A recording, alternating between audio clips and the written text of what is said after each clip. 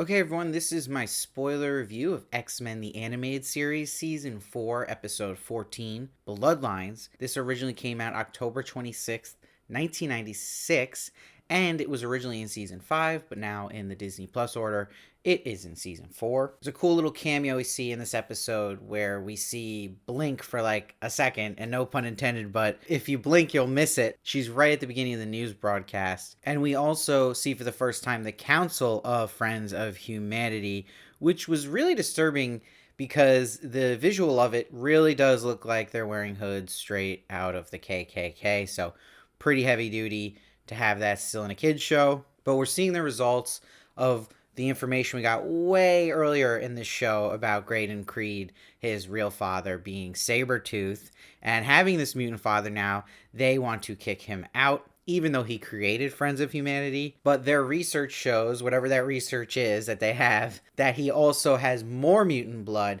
He'll be revealed in a picture that his mother is Mystique, which we don't find out till later in the episode. So that's where this episode gets crazy, because you're going to see all these connections now of blood. And I'm actually happy they really did this episode, because we've been hinted at a lot of these things in the show.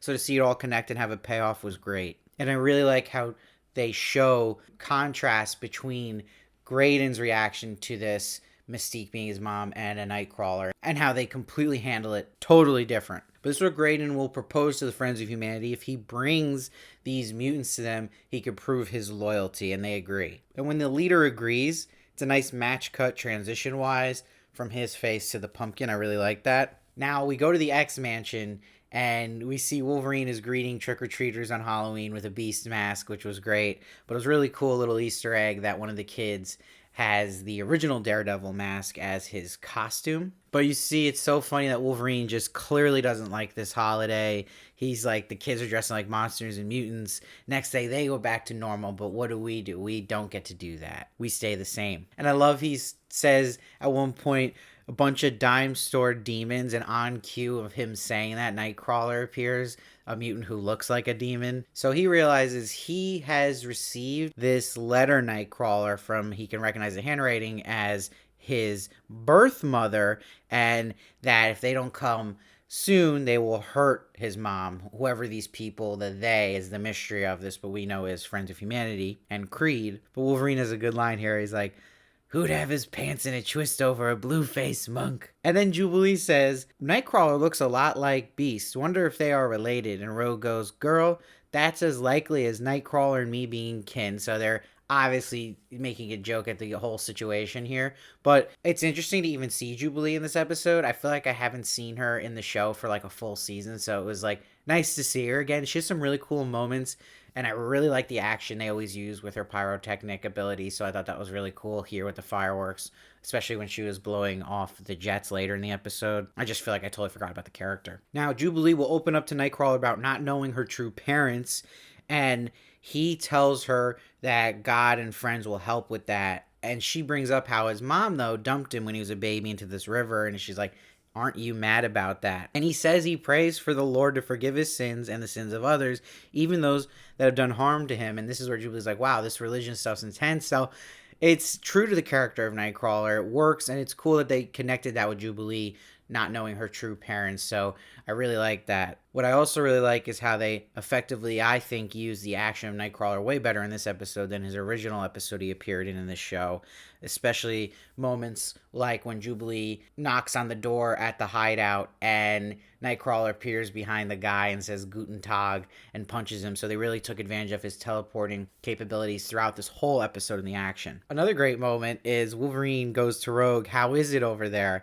And she goes, quiet as a church on a Saturday night. And she goes, oh, sorry, Nightcrawler, because he's the religious one, just like crawling right next to her when she says that. A classic Rogue thing she would always say. So I thought that was really clever. They had him right behind her when she said it. Now, when Rogue and Kurt go together to the door, she recognizes the voice calling for Kurt. She knows that's her mom, Mystique, because she's already faced this trauma with Mystique in a prior episode. So it's Kurt's turn to get the truth, and she explains that she adopted Rogue when she was a young child, but before that had 2 children. That's when you learn it's Kurt and Graydon Creed. And Mystique explains that Creed said if she helped Friends of Humanity get Nightcrawler, they wouldn't harm either of them. So she's willing to just sell out her son again, who she had originally abandoned to a river, and then give him away to these crazy people. Now, there's like a fourth wall moment in the show when Creed turns on the gas here, and the machine says this gas is perfect for treating tap water or eliminating unwanted relatives. So it was a nice humorous moment, but it did feel a little odd and kind of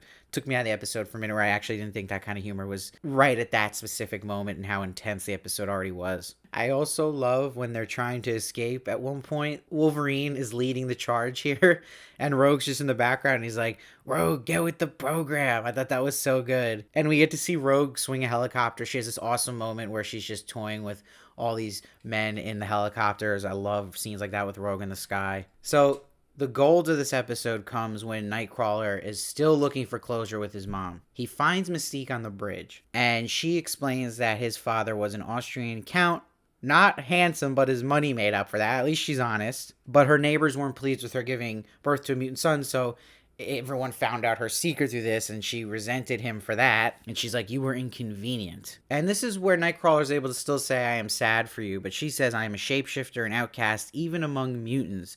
She said, trusted by no one. I don't have a life of my own. I just steal bits from other people's lives. This is really fascinating and great writing here, and it's cool to see her transform as Gambit for a bit. And she's just brutal here. She's like, I didn't want you. But Nightcrawler still says, I'll ask God to help me forgive you, and you forgive yourself. And she's just like, what is with this guy? Like, you could just see her. She's like, she wants him to be mad at her. But then the great moment is when she starts crying, and she's like, I don't deserve your... And then she pushes him out of the way of the shots from her other son, Creed, who's handling it completely differently, sacrifices herself, and then she says prayers. And we get the nice reveal in that flashback.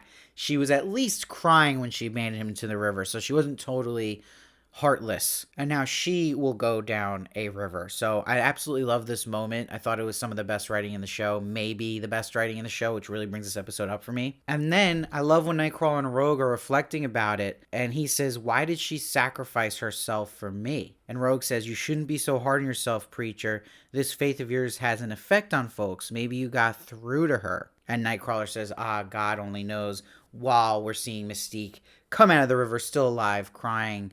I just thought that was a beautiful moment for the show, and like peak for this show writing wise. I was like, wow, like that was really good. Kid show, adult show, just amazing writing, and you love to see it even a show like X-Men, the animated series. And what really perfectly puts this episode like maybe the top for me was it had an awesome tag at the end where Creed is now left at Sabretooth's doorstep, and he's like, what do you say, boy? Come to Papa? Amazing. And that's a payoff that was set up the whole season, wanting to see him face Sabretooth face to face. So really, this episode blew me away. Right now, I'm going to say this is my favorite of the show to date. I'm going to give it a 9.8 because I really couldn't find any flaws with it. It has so many great moments, great action with Nightcrawler and Jubilee being back, great hysterical moments with Rogue and Wolverine, and powerful stuff, especially on that bridge scene with Mystique and Nightcrawler. Probably the best scene of the show to date for me. Let me know what you thought of it down below. I'd love to hear your thoughts. I read every comment. I try to respond as many as I can. Hit that sub button. I'm also on Spotify now, so you can listen in the car, Apple Podcasts, and I'll see you next time.